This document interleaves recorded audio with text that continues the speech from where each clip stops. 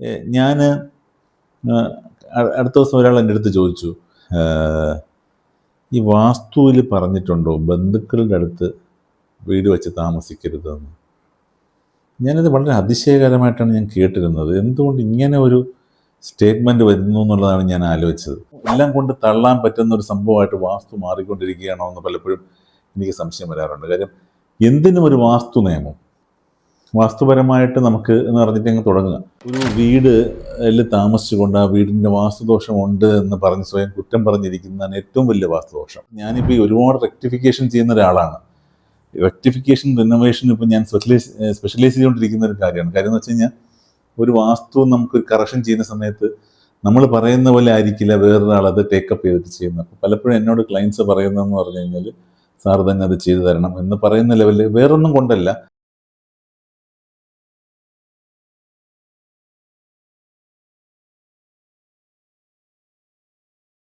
ഈ വാസ്തുഭയം മൂത്ത് ആൾക്കാർ ഇപ്പോൾ പുതിയ പുതിയ വാസ്തു നിയമങ്ങൾ ഉണ്ടാക്കുന്നതായിട്ടൊക്കെ ഞാൻ കാണുന്നു.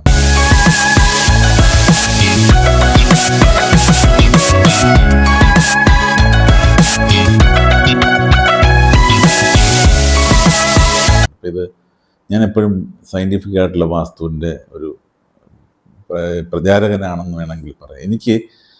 ഞാനിതൊരു ആർക്കിടെക്ചറായിട്ട് കാണുന്നു. അതിനകത്ത് വിശ്വാസത്തിൻ്റെ എല്ലാ എലിമെൻറ്റും ഉണ്ട്.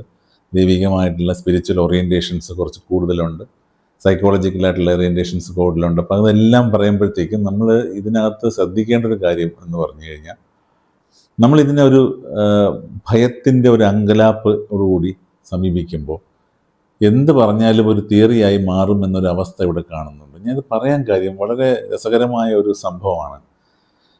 ഞാൻ അടുത്ത ദിവസം ഒരാൾ എൻ്റെ അടുത്ത് ചോദിച്ചു, ഈ വാസ്തുവിൽ പറഞ്ഞിട്ടുണ്ടോ ബന്ധുക്കളുടെ അടുത്ത് വീട് വെച്ച് താമസിക്കരുതെന്ന്? ഞാനത് വളരെ അതിശയകരമായിട്ടാണ് ഞാൻ കേട്ടിരുന്നത്. എന്തുകൊണ്ട് ഇങ്ങനെ ഒരു സ്റ്റേറ്റ്മെൻറ്റ് വരുന്നു എന്നുള്ളതാണ് ഞാൻ ആലോചിച്ചത്.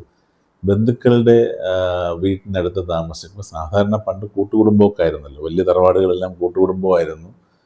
പിന്നീട് പലയിടത്തും സെപ്പറേറ്റ് ചെയ്ത് അടുത്ത് വീടിൽ നിന്ന് മാറണം, പക്ഷേ എന്നാൽ അടുത്ത് തന്നെ ഇരിക്കണം എന്ന് ആഗ്രഹമുള്ളത് കൊണ്ട് പലരും പ്രത്യേകം യൂണിറ്റ്സ് ഒരേ ഒരു വലിയ കോമ്പൗണ്ടിനകത്ത് ചെയ്തു തുടങ്ങി. അങ്ങനെയാണ് അതിൻ്റെ ഒരു ആർക്കിടെക്ചറിൻ്റെ പേര്. പിന്നെ ന്യൂക്ലിയർ ഫാമിലിയിലേക്ക് നമ്മൾ മാറുമ്പോൾ സ്വാഭാവികമായിട്ടും ഒരു വീടെന്ന് പറയുന്നത് ഒരു 4 അംഗങ്ങൾ മാക്സിമം വരുന്ന രീതിയിലേക്ക് പോയി. അപ്പോൾ അങ്ങനെയൊക്കെ നമ്മൾ പറഞ്ഞുകൊണ്ടിരിക്കുന്ന ഒരു അവസ്ഥ വരുമ്പോൾ ഇതെന്ത് ബേസ് ചെയ്തിട്ടാണ് ഈ ഒരു കോൺസെപ്റ്റ് പറഞ്ഞതെന്ന് എനിക്കറിയില്ല.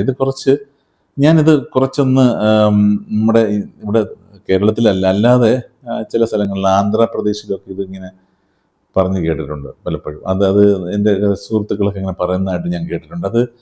ഇതെങ്ങനെയാണ് ഇത് പ്രചരിപ്പിക്കപ്പെട്ടെന്ന് എനിക്കറിയില്ല. അതെനിക്ക് തോന്നുന്നു ഒരു പ്രാക്ടിക്കൽ പോയിന്റ് ഓഫ് വ്യൂവിൽ ഈ ഒരുമിച്ച് അടുത്തടുത്ത് താമസിക്കുമ്പോൾ ഫ്രീക്വൻ്റ് ആയിട്ടുള്ള വിസിറ്റുകളും ഫ്രീക്വൻ്റ് ആയിട്ടുള്ള ഇടപെടലുകളും ജീവിതത്തിലേക്ക് വരുമ്പോൾ ഫ്രിക്ഷൻസ് ഉണ്ടാവുകയും അതൊരു ഫൈറ്റിലേക്കൊക്കെ പോകുന്ന അവസ്ഥയിലേക്ക് പോകുന്നത് കൊണ്ടാവാം ചിലപ്പോൾ സ്വാഭാവികമായിട്ടും ഇങ്ങനെ ഒരു തോട്ട് വന്നത്. പക്ഷെ ഇതിനെ വാസ്തുവിൻ്റെ പേരിൽ ആരോപിക്കുന്നതാണ് എനിക്ക് മനസ്സിലാവാത്തത്. ഇതിനൊക്കെ എല്ലാം കൊണ്ട് തള്ളാൻ പറ്റുന്ന ഒരു സംഭവമായിട്ട് വാസ്തു മാറിക്കൊണ്ടിരിക്കുകയാണോ എന്ന് പലപ്പോഴും എനിക്ക് സംശയം വരാറുണ്ട്. കാര്യം എന്തിനും ഒരു വാസ്തു നിയമം, വാസ്തുപരമായിട്ട് നമുക്ക് എന്ന് പറഞ്ഞിട്ട് അങ്ങ് തുടങ്ങുക.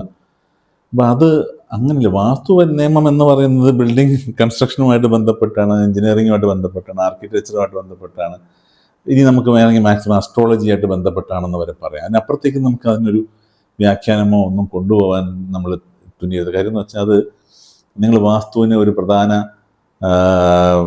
ഒരു ശത്രുവായിട്ട് കാണുന്ന രീതിയിൽ, അല്ലെങ്കിൽ വാസ്തുവിനെ നിങ്ങളെ എപ്പോഴും ആക്രമിക്കാൻ കാത്തിരിക്കുന്ന ഒരു അസുരനാണ് വാസ്തു എന്ന രീതിയിലൊക്കെ നിങ്ങൾ ചിന്തിക്കാൻ തുടങ്ങിക്കഴിഞ്ഞാൽ സ്വാഭാവികമായിട്ടും അത് പിന്നെ ഒരു കാര്യമുണ്ട്. ഇത്തരം കാര്യങ്ങൾ നമ്മൾ അട്രാക്റ്റ് ചെയ്യുന്നതാണ് പലപ്പോഴും. ഇങ്ങനെയുള്ള റോങ് തോട്ട്സിലൂടെ അട്രാക്ട് ചെയ്യും. ഞാൻ എപ്പോഴും പറയുന്നൊരു കാര്യം, ഒരു വീടിൽ താമസിച്ചുകൊണ്ട് ആ വീടിൻ്റെ വാസ്തുദോഷമുണ്ട് എന്ന് പറഞ്ഞ് സ്വയം കുറ്റം പറഞ്ഞിരിക്കുന്നതാണ് ഏറ്റവും വലിയ വാസ്തുദോഷം.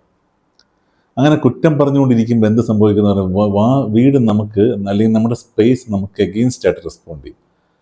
അപ്പം നമുക്കൊരു വാസ്തു പ്രശ്നമുണ്ടെന്ന് നമ്മൾ മനസ്സിലാക്കി കഴിഞ്ഞാൽ അത് നമുക്ക് സോൾവ് ചെയ്യാൻ പറ്റുന്നതാണെങ്കിൽ നമ്മളത് സോൾവ് ചെയ്യാനായിട്ട് ഇപ്പോൾ ഉടനെ പറ്റില്ല, സാമ്പത്തികമായിട്ട് ബുദ്ധിമുട്ടുണ്ട്, ഓക്കെ, കുറച്ച് സമയം നമ്മൾ മനസ്സുകൊണ്ട് വിചാരിക്കുക, നമ്മൾ ആ വീടിനോട് തന്നെ പ്രാർത്ഥിക്കുക എന്ന് ഞാൻ പറയും. എനിക്ക് ഈ വീടിനെ കറക്റ്റ് ചെയ്ത് ഈ സ്പേസ് ഏറ്റവും നല്ല മികച്ച സ്പേസ് ആക്കി മാറ്റണം എന്ന രീതിയിൽ നമുക്കത്, അല്ലാതെ ഒരു മോശമായതുകൊണ്ട് നമ്മളിതിനെ ഇടിച്ചു കളയുകയാണ്. ഇതാണ് ഇതിനകത്ത് ഞാനിപ്പോൾ ഈ ഒരുപാട് റെക്ടിഫിക്കേഷൻ ചെയ്യുന്ന ഒരാളാണ്. റെക്ടിഫിക്കേഷൻ റിനോവേഷൻ ഇപ്പം ഞാൻ സ്പെഷ്യലൈസ് ചെയ്തുകൊണ്ടിരിക്കുന്ന ഒരു കാര്യമാണ്. കാര്യം എന്ന് വെച്ച് കഴിഞ്ഞാൽ ഒരു വാസ്തു നമുക്കൊരു കറക്ഷൻ ചെയ്യുന്ന സമയത്ത് നമ്മൾ പറയുന്ന പോലെ ആയിരിക്കില്ല വേറൊരാൾ അത് ടേക്കപ്പ് ചെയ്തിട്ട് ചെയ്യുന്നത്. അപ്പോൾ പലപ്പോഴും എന്നോട് ക്ലയൻസ് പറയുന്നതെന്ന് പറഞ്ഞു കഴിഞ്ഞാൽ, സാർ തന്നെ അത് ചെയ്തു തരണം എന്ന് പറയുന്ന ലെവലിൽ, വേറൊന്നും കൊണ്ടല്ല, ഇത് കൃത്യതയോടുകൂടി അത് നമ്മളുടെ ഒരു കമാൻഡിൻ്റെ പുറത്താണല്ലോ ആ ഒരു വർക്ക് അവിടെ വരുന്നത്. അപ്പം ആ സമയത്ത് അത് വീണ്ടും ചെയ്തു കഴിഞ്ഞാൽ വീണ്ടും തെറ്റിക്കഴിഞ്ഞാലോ എന്നുള്ളൊരു ഭയത്തിലാണ് പലരും അങ്ങനെ എൻ്റെ അടുത്ത് ചോദിക്കും. ഞാൻ അങ്ങനെ സർവീസ് പലപ്പോഴും അത് ശരി തന്നെയാണ്, നമുക്ക് അങ്ങനെ ചെയ്യാൻ പറ്റുള്ളൂ. കാര്യം വേറൊരാളെ ഏൽപ്പിച്ചിട്ട് നമ്മൾ ഉദ്ദേശിക്കുന്ന പോലെ ആ കറക്ഷൻ വരണമെന്ന് നിർബന്ധമില്ല. അപ്പം അതുകൊണ്ട് തന്നെയാണ് ആ കറക്ഷൻസ് ഞാൻ തന്നെ ഏറ്റെടുത്ത് ചെയ്യുന്നത്. അപ്പോൾ ഇത്തരം കാര്യങ്ങൾ നമ്മൾ ശ്രദ്ധിക്കുന്ന കാര്യം എന്ന് വെച്ചാൽ, വീടിനെ ഒരിക്കലും നമ്മൾ ഞാൻ പ്രാഗിക്കൊണ്ടിരിക്കാൻ പാടില്ല എന്ന് പറയും. വീടിനെ പ്രാഗിക്കൊണ്ടൊരിക്കലും വീടിനുള്ളിൽ താമസിക്കരുത്. വീടിന് നമ്മൾ ആ സ്പേസിനെ ഒരു ബ്ലെസ്സിങ് ആയിട്ട് എടുക്കുകയും നമ്മൾ ആ സ്പേസിനോട് ഒരു ഗ്രാറ്റിറ്റ്യൂഡോടുകൂടി നമ്മൾ മുന്നോട്ട് പോകണം. വീടിനോട് നിങ്ങൾക്കൊരു ഗ്രാറ്റിറ്റ്യൂഡ് ഉണ്ടാവണം. കാര്യം നിങ്ങൾക്കൊരു ബ്ലെസ്സിങ് ആയിട്ട് നിങ്ങൾക്കൊരു ബ്രീത്ത് ചെയ്യാനും, നിങ്ങൾക്ക് കിടക്കാനും ഇരിക്കാനും, നിങ്ങൾക്ക് ഉറങ്ങാനും, നിങ്ങൾക്ക് പഠിക്കാനും, നിങ്ങൾക്ക് നിങ്ങളുടെ എല്ലാ കാര്യങ്ങളും ഫാമിലിയായിട്ട് എൻജോയ് ചെയ്യാനും ഒക്കെ ഒരു സ്പേസ് നിങ്ങളെ ബ്ലെസ് ചെയ്ത് കിട്ടിയിരിക്കുകയാണ്. ആ സ്പേസിനെ നമ്മൾ, അത് ഏത് രീതിയിൽ, നിങ്ങൾ വച്ച വീടായിരിക്കാം, വാടകയ്ക്ക് താമസിക്കുന്നതായിരിക്കാം, എങ്ങനത്തെ ആയിരിക്കാം, അതിന് ആ സ്പേസ് നമ്മൾ അതെല്ലാ സെൻസോടും കൂടി അതിൻ്റെ ഗ്രാറ്റിറ്റ്യൂഡോട് സമീപിച്ചാൽ തന്നെ ഒരു വാസ്തു ഫേവറായിട്ട് നിങ്ങൾക്ക് മാറുമെന്നുള്ളതാണ് എൻ്റെ അഭിപ്രായം. നിങ്ങളുടെ സ്പേസിനെ നിങ്ങൾ ബ്ലെസ് ചെയ്തില്ലെങ്കിൽ പിന്നെ ആര് ബ്ലെസ് ചെയ്യും? ഇത്രയും പറഞ്ഞുകൊണ്ട് ഈ വീഡിയോ അവസാനിപ്പിക്കുന്ന മറ്റൊരു നല്ല വീഡിയോയുമായി നിങ്ങളുടെ മുന്നിൽ എത്തുന്നവരെ നന്ദി, നമസ്കാരം.